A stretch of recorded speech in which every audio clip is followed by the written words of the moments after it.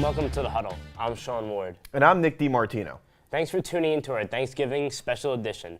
I can't wait for that turkey, Nick. I'm a big turkey guy. As long as it's not fried and gluten-free. Relax a little, all right? At least you got something to eat. Yeah, I guess you're right. Anyways, let's take a look into what happened this past weekend in the NFL. One game that really caught my attention in Week 11 was definitely the Saints-Eagles game. The Saints welcomed the Eagles to the Superdome on Sunday, looking to continue to score in bunches as they have been doing all year long. History repeated itself as Drew Brees and company once again lit up the scoreboard, defeating the Birds 48-7. Brees continued to make his case for MVP, passing for 363 yards and 4 touchdowns as the Saints won their 9th game in a row. Rookie receiver Traquan Smith out of USC had his coming out party in this one, gathering 10 receptions for 157 yards and a score. The Saints will roll into Thanksgiving on fire as they take on NFC South rival Atlanta Falcons on Thursday night. As for the Eagles, their Super Bowl hangover continues as they have dropped back-to-back games. With a 4-6 record, the Eagles remain in the thick of things in a crowded NFC East division. They will host the red-hot Saquon Barkley and the New York Giants next Sunday. You see that game, Saints-Eagles? It was nice. Drew Brees, Kamara, Michael Thomas. Yes. They're loaded. They have guys that don't even know scoring touchdowns. I saw the whole thing. Pretty good, right?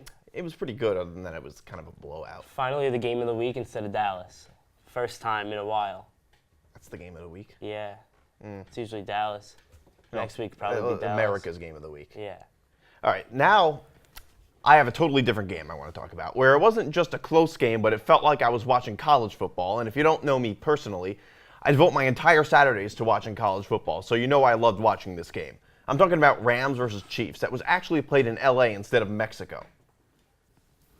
Despite all the chaos before this game, the game itself may have been the best game of the year. You know what I love most about Chiefs-Rams? The full game of action. That was the highest scoring game in Monday Night Football history, and the first time in NFL history that both teams have scored more than 50 points, and each quarterback threw for over 400 yards. The second highest scoring Monday Night Football game was in 1983 between the Packers and Redskins. We couldn't possibly ask for a better game. Too many blowouts and boring games like Bills vs. Patriots, Raiders, Rams, and whatever the Giants play on primetime TV. And for everybody complaining about too much scoring and how they like defense, you're lying. People like scoring. Look at the ratings from last Monday. They're up 57% from last year's Monday Night Football in Week 11, which was Falcons-Seahawks, another electric Monday Night Football game.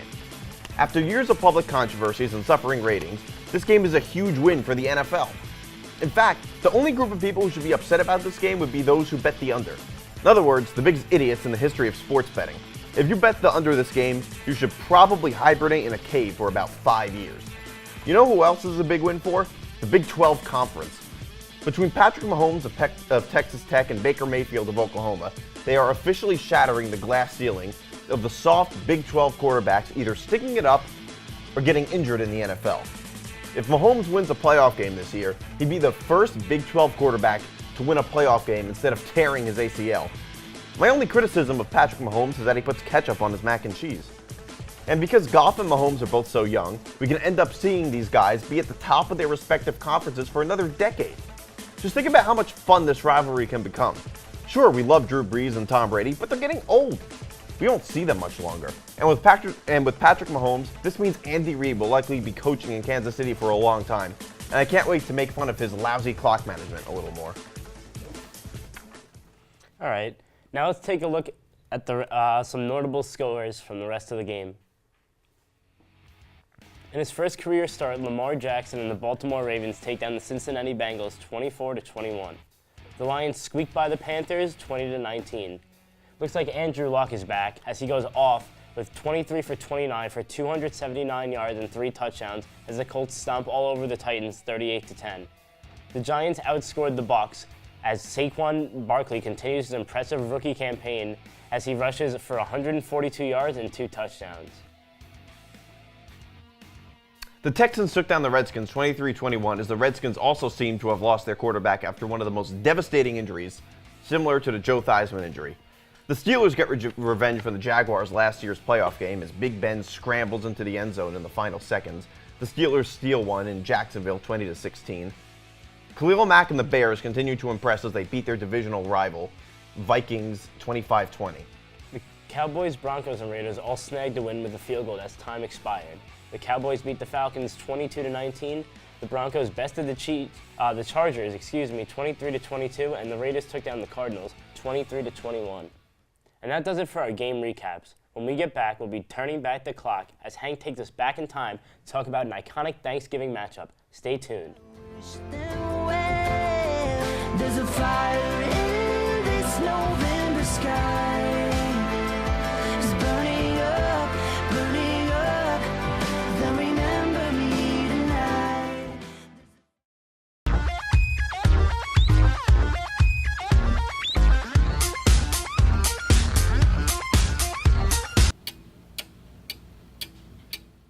Welcome back to our Thanksgiving edition of the Huddle.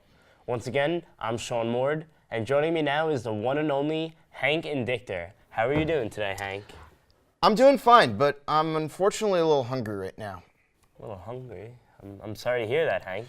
Well, you should be. I wanted to have a Thanksgiving plate right now and go to town on it. But anyways, are you ready to do some time traveling with me? Of course. How far are we turning back the clock? You know we have a lot to talk about. We got Thanksgiving Day games. This is the Thanksgiving Day special, big edition of the show. Oh, well, tell me something I don't know. Yeah, all right, easy. All right. Anyway, Sean, we actually aren't setting the hanky clock too far back.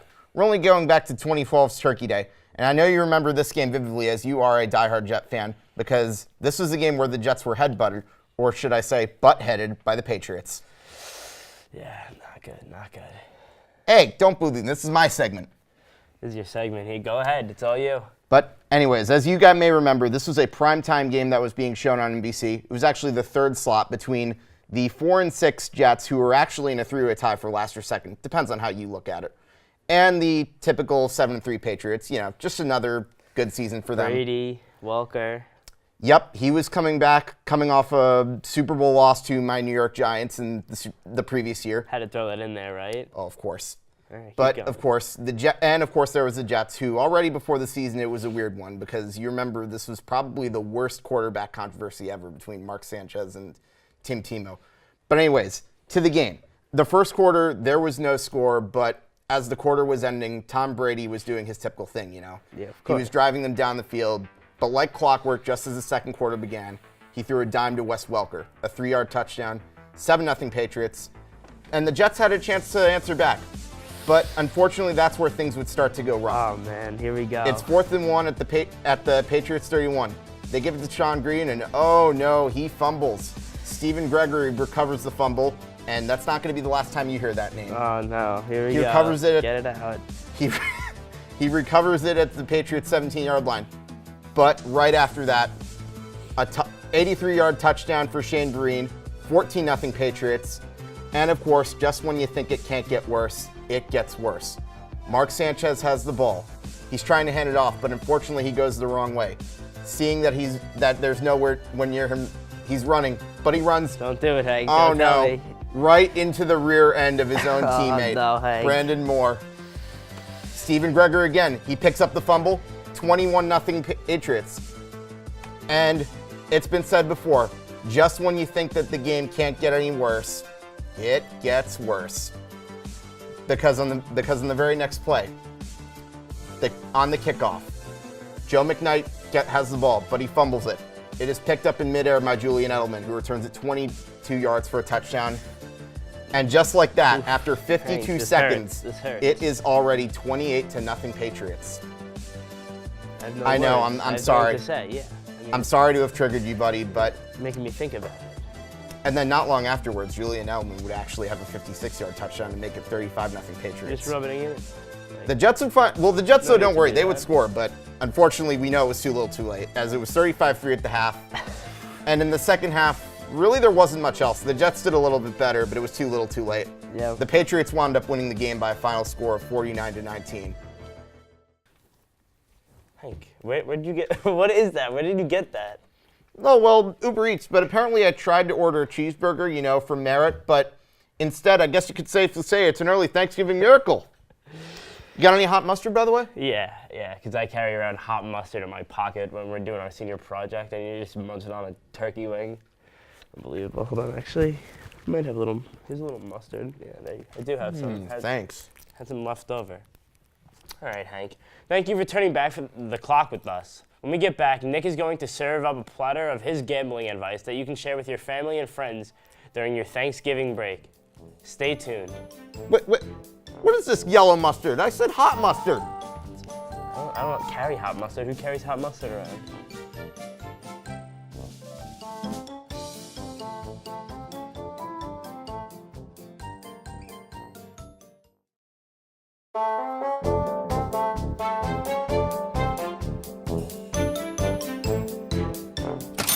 Hello, everyone. You're watching our Thanksgiving edition of The Huddle. I'm Sean Ward, and I'm back here with Nick DiMartino for his segment, Nick's Pick. Nick, how we doing? I'm doing all right. Yeah, that's it, just all right? I won a little bit of money. All right. Now, if I was looking to bet on the Ravens-Raiders game, who do you think I'd take? Ravens-Raiders. Oh, I love the Ravens this game. Really? Minus 13? Minus 13. Because the Raiders are total trash, and they won 2 games, including an overtime win against Cleveland, and just recently went on a whopping 5-game losing streak. Now, it's true that the Ravens aren't a good team. They're only 5-5, but mediocre beats god-awful any day of the week. Forget anything I can say about the Ravens. Are you really willing to put your money on the same guy who passed on Aaron Rodgers for Cadillac Williams? What about Seahawks-Panthers? How about that? You got a lot of opinions? I love the over this game. You know why? Because both teams' quarterbacks aren't amputated.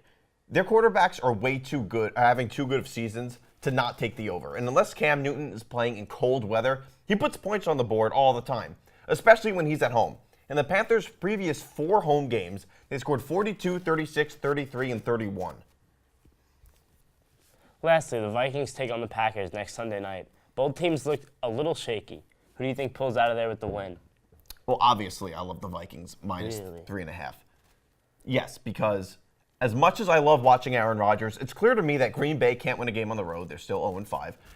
The Vikings' defense is too good, and Green Bay's defense sucks. No chance Green Bay comes within a field goal of this game. All right. Thanks, Nick. I appreciate your time. That is all for our segment of Nick's Pick. When we get back, Nick will be joining me at the desk once again as we reveal our picks of the games beginning on Thanksgiving Day. We'll be right back.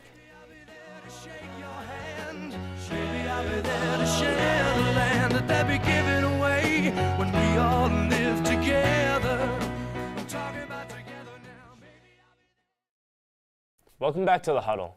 Once again, I'm Sean Ward. And I'm Nick DiMartino. Thanks for tuning in to our Thanksgiving special. Now it's time for our Thanksgiving games picks. First game on Turkey Day, we have the Bears at the Lions. Chase Daniels is starting in this one for the injured Mitch Trubisky. What do you got? I go, give me a score, too. I like the Bears. Really? All right. The Bears. You got a score? Because the Lions are just trash. 30-27, I'll say. 30-27? Yeah. That close? All Yeah. right. I'm going to go with the upset. Lions at home. I'm going to go 27-26. And I like Chase Daniel because his name is a full sentence. He has 2 first names, though. Yeah, that too. All right. At 4:30, we have the Cowboys taking on the Redskins. Yeah, Colt McCoy. I like Dallas. I think for some reason Dallas is easily going to pull it off. I don't trust Colt McCoy. I don't trust Colt McCoy I don't trust either. Dallas, but I don't trust Colt McCoy. It's not more. the Big 12. He's not playing Yeah, Texas yeah. anymore. Going Dallas. And lastly, the night game. The Saints are at home to take on the Falcons. I like Saints minus 12.5. I like Saints minus 30. I like Saints minus 100. If the Saints were minus 90, I'd take the Saints. Yeah, I like they the haven't Saints lost minus since week 100. 1. Yeah. Like, you know how much has changed since week 1? The game might be done by like halftime. That's like probably over. That's like ancient Rome by NFL standards. Yeah. All right. It wouldn't be a Thanksgiving special without saying what we were thankful for. All right, Nick. What are you thankful for? Nick DiMartino. What do we have? I'm not dead. That's what you're thankful Well, for? I'm thankful that there's the college football conference championships next Saturday. That's good. That was a great answer. All right. I mean, that's all we needed from you. Well, it looks like we're out of time. Thank you for joining us. I really thank our production staff and crew for producing a great show. Once again, I'm Sean Ward. Doing here. Hank, you ruined the intro. We're You were trying to eating- thank our trying to production thank staff.